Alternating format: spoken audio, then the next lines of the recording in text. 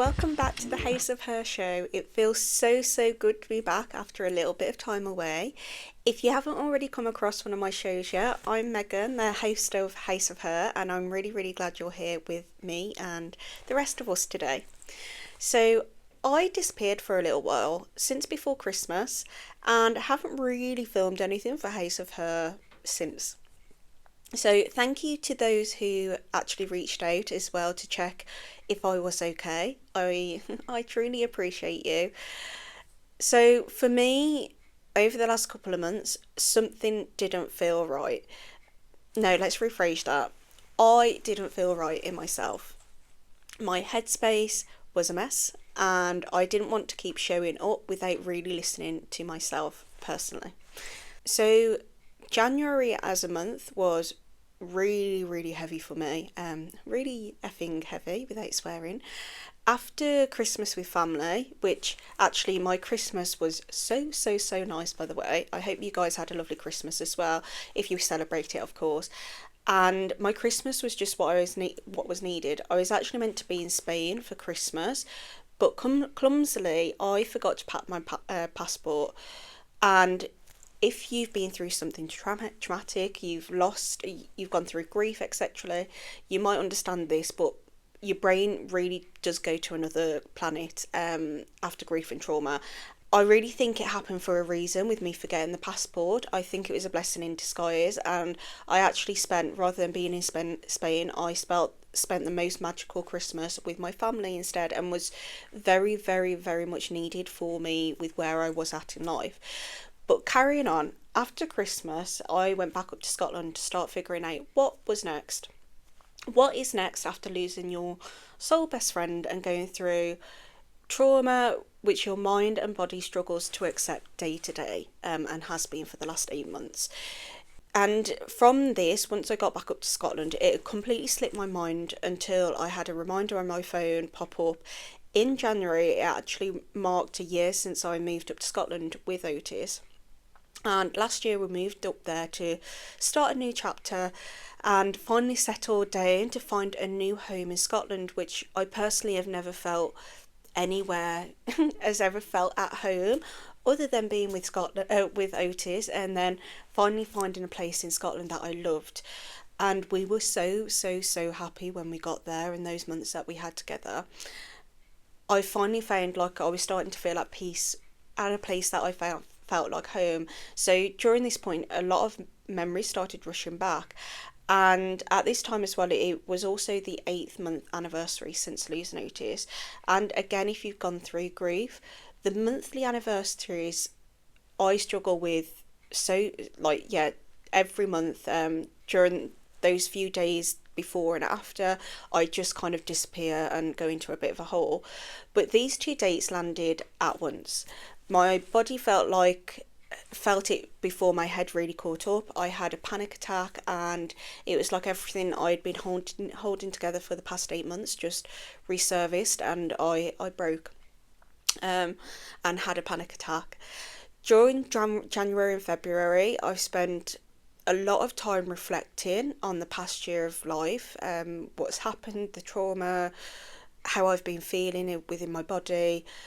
I went to the doctors to organise therapy for grief and depression, because I still pretty much cry every day, and I've tried to find some kind of healing myself without that additional support. But it's time now that I actually get therapy as well and speak to someone professionally about it. I also turned my phone off. I took a proper break from social media. I moved out of my the house that I had in Scotland to temporarily, you'll see that I'm back in my parents, temporarily moved back in with my parents. And I needed silence to hear myself without everything else layered kind of on top of it. I just needed to disappear. And I didn't disappear because I had nothing to say. I stepped back because I needed to understand what was actually going on inside me before I kept moving forward, before I found what I want to do next, and accept that it's going to be a life without Otis as well. And I know I won't be the only one who's felt like that, who have been through trauma and grief and pain, heartbreak, whatever it might be that you've experienced. But Before we go any further, let's slow this down together like we usually do. And if you're driving or doing something that needs your full attention, please don't shut your eyes and do this. Just let it wash over you instead. And if you can pause for a moment, really be here today and be present with me as well. So let's start. Take a slow breath in through your nose. Let it fill your chest.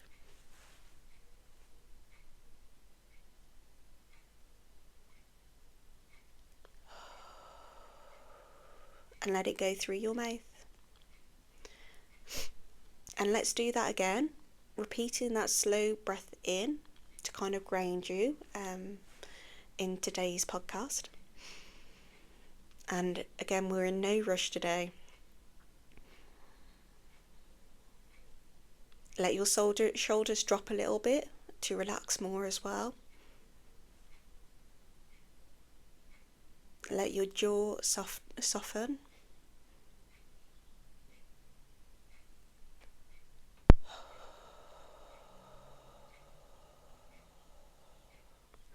And let your body arrive with where you're at. Now bring to mind one thing you're grateful for today. Not something big or life-changing, unless you're going through something like that. Just one thing that feels steady. It might be the fact that you've woke up today. It might be that you've had a really, really nice lunch that you've really enjoyed. A warm drink, a quiet moment, a message from someone you trust, or even just giving yourself the time to press play and listen to this and be with us today. Let that gratitude sit with you for a moment. You don't need to force it, just notice how it feels in your body and the love that is filling your cup right now. So for me today, I'm grateful to clarity. Not for the loud kind of clarity and not the everything that makes sense now kind of clarity, but the quiet clarity that comes when you stop distracting yourself and actually sit with what's true. I'm starting to finally feel like I'm going into a chapter where peace is settling again after so much turmoil, so much sadness, so much crying, so much just uncertainty. And I'm so grateful for that. And I don't know if it's the same for anyone else, but I've also massively felt a shift in energy since the horse year has started and arrived, and the fact that we've now said goodbye to the snake year and that energy is finally completed as well. Like for me, since the horse year, this energy and this weight and darkness that I had from losing Otis feels like it's starting to lift little by little each day. So let's carry that feeling into the rest of this episode and your day ahead as well, depending on what time you're listening to this. Take it into your sleep if you're listening to it on the night. And as uncomfortable as January and February were, especially having the panic attack and the days after it, it showed me something really, really important. A lot of the moments where we feel like we're falling apart are actually moments where our body is asking for safety, quiet and less pressure, not more effort. I realised how overstimulated I'd been, not just by life but by expectation too. I felt constantly needed when I didn't even have the capacity to look after myself. Messages, work, always having to be available, always having to be there to fix something as well, just literally being on. My brain capacity couldn't deal with it anymore. I was in survival mode and trying to keep myself above water, and I felt like I was constantly disappointing everyone as well, either by doing something wrong, forgetting something, as my brain felt like it was constantly doing, and still does, to be honest, or for not communicating it in the right way. And that was adding pressure to an already broken nervous system that I had, and that constant guilt that I already had from the trauma with Otis, and then this constant disappointment that was in the back of my mind of with my friendships and my loved ones, etc. And from all of that, after the panic attack, I just needed privacy. I needed time alone to get my thoughts in order. I needed to stop explaining myself. I needed to switch everything off. I needed to not reply. So I stepped back because of it. I literally couldn't give any more. My light was completely out, completely, utterly out, and my body had been carrying too much for far too long as well. Over the last 8 months, I just hit a point where I just couldn't go anymore. And when you go through trauma or prolonged stress, your nervous system shifts into protection. You're no longer operating from expansion, you're operating from survival. And in survival, your body doesn't care about being social, productive, or impressive. All of the things that I used to, especially social, I used to love, it cares more about safety. That's it. So if you're feeling more sensitive, more reactive, more tired, it doesn't mean you're failing. It means your body has been protecting you. So for me, this reset hasn't been about becoming someone new. Although Otis has changed me, and I've had to accept that I'm not the same person I was before in a lot of ways, and that doesn't mean I'm broken. It means I've experienced heartbreak, pain, and trauma, and I'm living more intentionally because of it all as well. We we should be living day to day intentionally because we have this one life, don't we? And what's the point if we're not living it intentionally in the way that we want to live it? Um, but yeah, so it's been about reduction, this reset for me, reducing noise, reducing expectation, reducing people, reducing that pressure. I think a lot of us assume a reset has to look dramatic, a reinvention, a glow up, a complete overhaul. Think of the amount of times when people break up with partners and they suddenly get all this hair done and a big makeover, etc. It doesn't need to be that.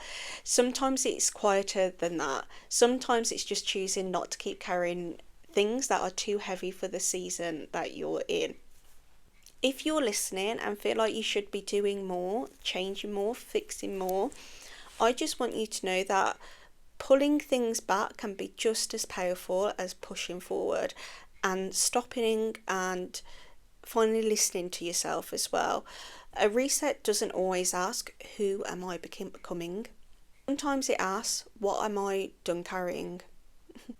And if you don't have clarity yet, that doesn't mean that you're stuck.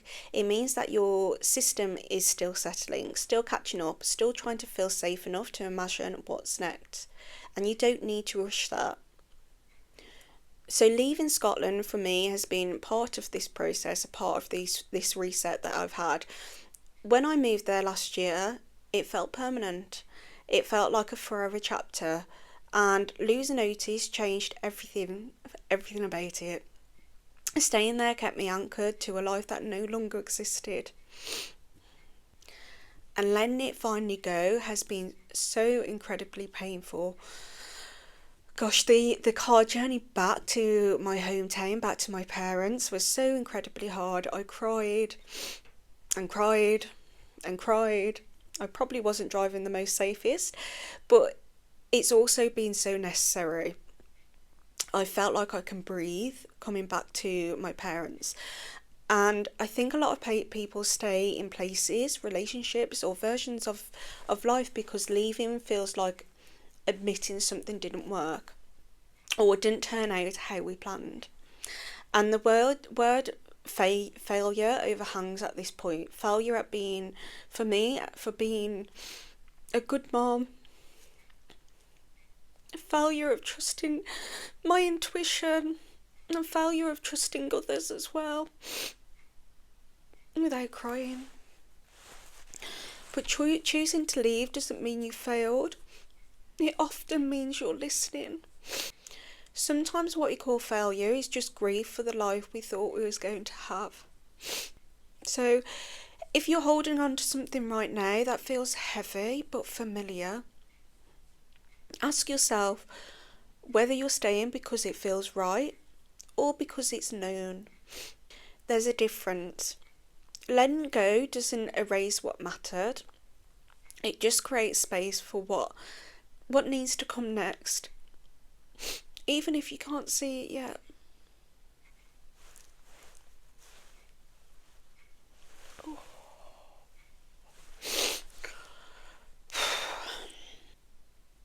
And during this time as well, I've also reduced my social circle massively. Not because I don't love people, although I do struggle with that right now. My trust in people is something I'm trying to work on again, because of the trauma I've experienced. But because I need less right now. Loneliness doesn't scare me in this season. In parts, I'm actually craving it. I'm craving walking away and having more time to myself. And what's been harder is the guilt of letting people down, the sense that I should be able to show up more, explain more, reassure more, even when I don't have the capacity. And I know so many women carry this too. We stay overextended because we don't want to disappoint anyone. We keep ourselves accessible because we're afraid of being misunderstood. How many of us have ever, in the past, stepped back and taken time for ourselves by not replying to others or not going out as often as you used to then be judged by others, or have the assumption you are annoyed and something must have happened with that friendship or relationship, to then be judged by others or have the assumption that you are annoyed and something must have happened within that relationship. I hear it time and time again. I've had it happen to me too. And then it makes you avoid wanting to take a step back because you feel guilty and stop putting yourself first, constantly overriding your own needs, which will eventually turn into resentment or burnout or both. If you're listening and are feeling pulled toward quieter friendships, fewer plans, or more time alone, that doesn't mean you're becoming distant or cold. It usually means you're protecting what little energy you have left, and you're starting to surround yourself with the people where you feel safest around and less, not as judged by around as well. You need to fill your cup again and comfort your nervous system instead. You're allowed to need less. You're allowed to choose reset over availability.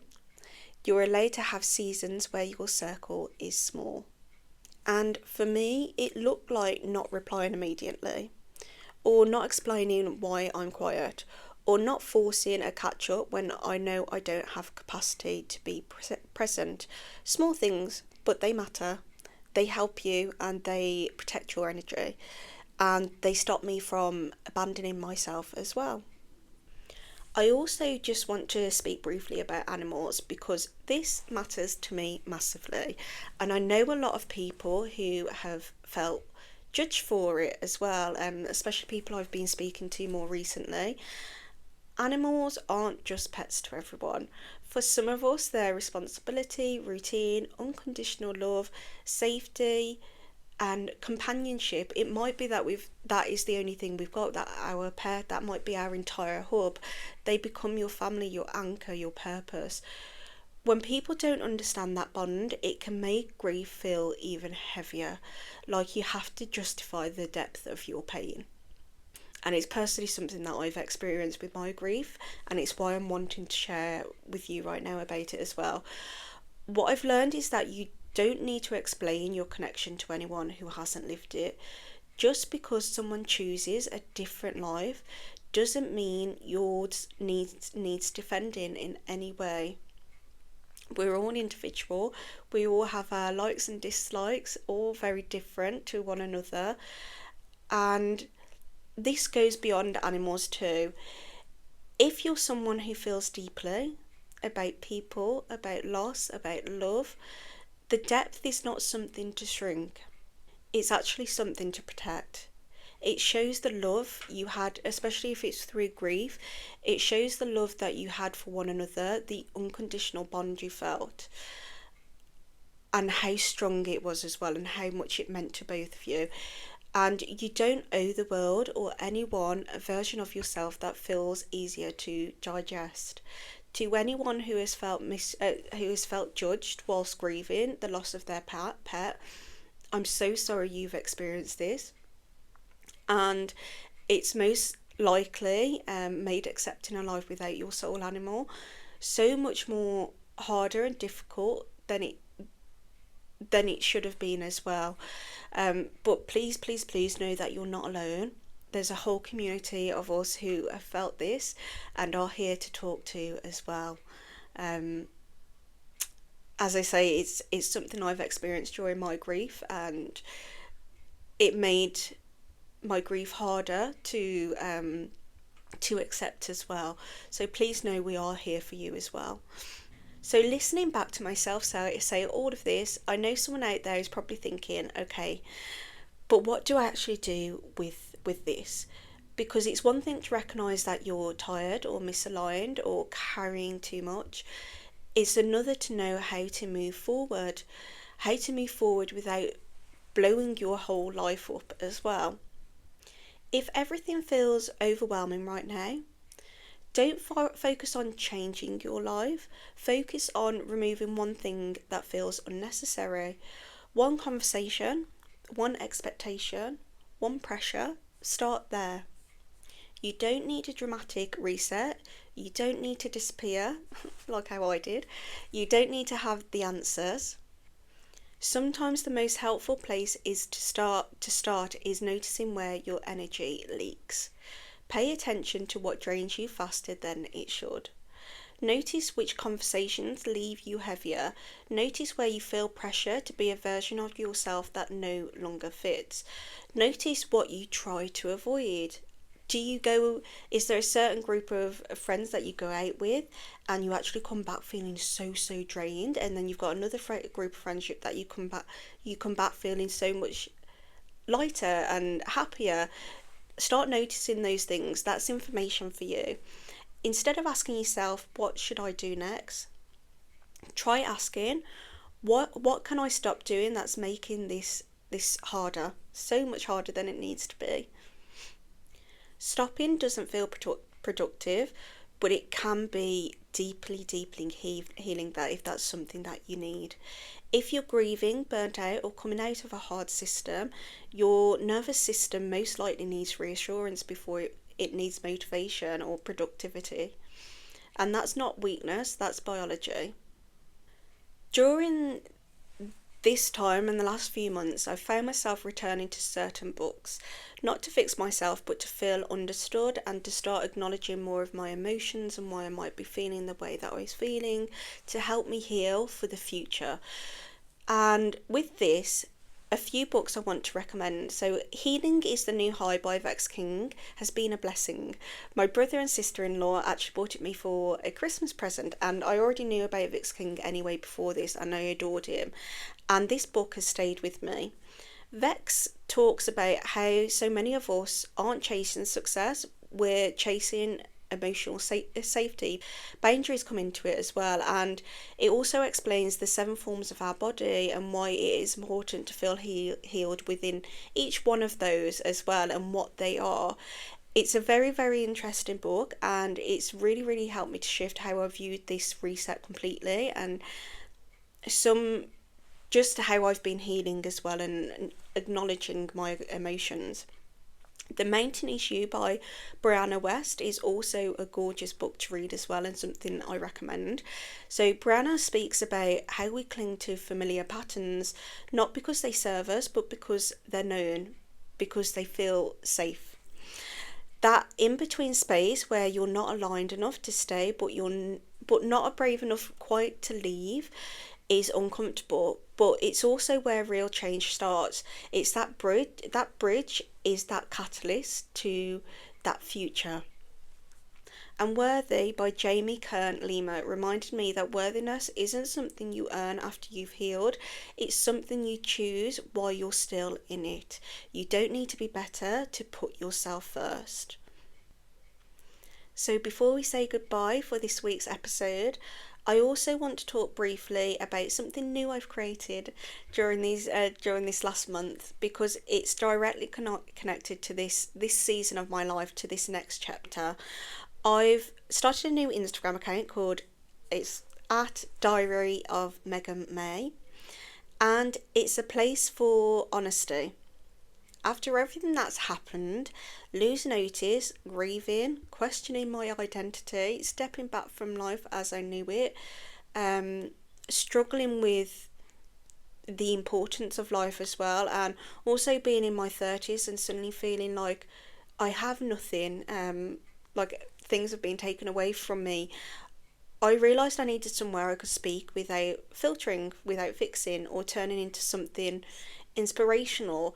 And I know with what I've been sharing and my experiences, I know by doing this as well, it's going to help so many others. So Diary of Megan May is exactly what it sounds like. It's me documenting this chapter as it unfolds, the grief, the healing, the uncertainty, the quiet days, and the rebuilding, the new passions I pick up along the way, and finding love again, finding that spark again within me.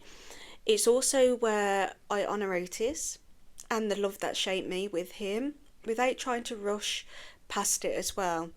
This Diary of Megan May is much more personal to me. It's less polished, it's more real. A place where I hope others can find healing in their circumstances as well on the back of it.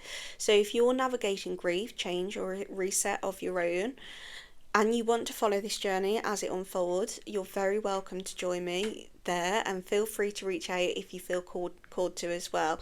I will always be there, and ready to answer whatever you want to talk about. So this week's house key is: you are allowed to make your life smaller to protect your heart. Smaller doesn't mean weaker, it means safer, and safety is where rebuilding begins. As always, thank you so much for being here. House of Her is entering a new season, slower, clearer, more intentional, and trying to trust myself more again as well. So if this episode made you feel understood, that's exactly why this space exists, and I'm so glad that you feel seen by it as well. You can find me at House of Her Show, or if you want to follow this reset more closely, the Diary of Megan May as well. And next week I want to continue this theme and this conversation but in a deeper way. We're going to be talking about boundaries, especially the kind you need when you're healing, when you're grieving, when you're fragile, when your nervous system can't tolerate what it used to. Because a reset often asks for boundaries. And under a lot of what we've already spoke about in today's episode, you'll notice boundaries is kind of an undertone of it. Boundaries can feel uncomfortable when you're already stretched. So we'll go there properly and talk about all of this next week. But for now, take a breath, be gentle with yourself, and trust what your body is asking for as well. Lots of love as always, and see you next week.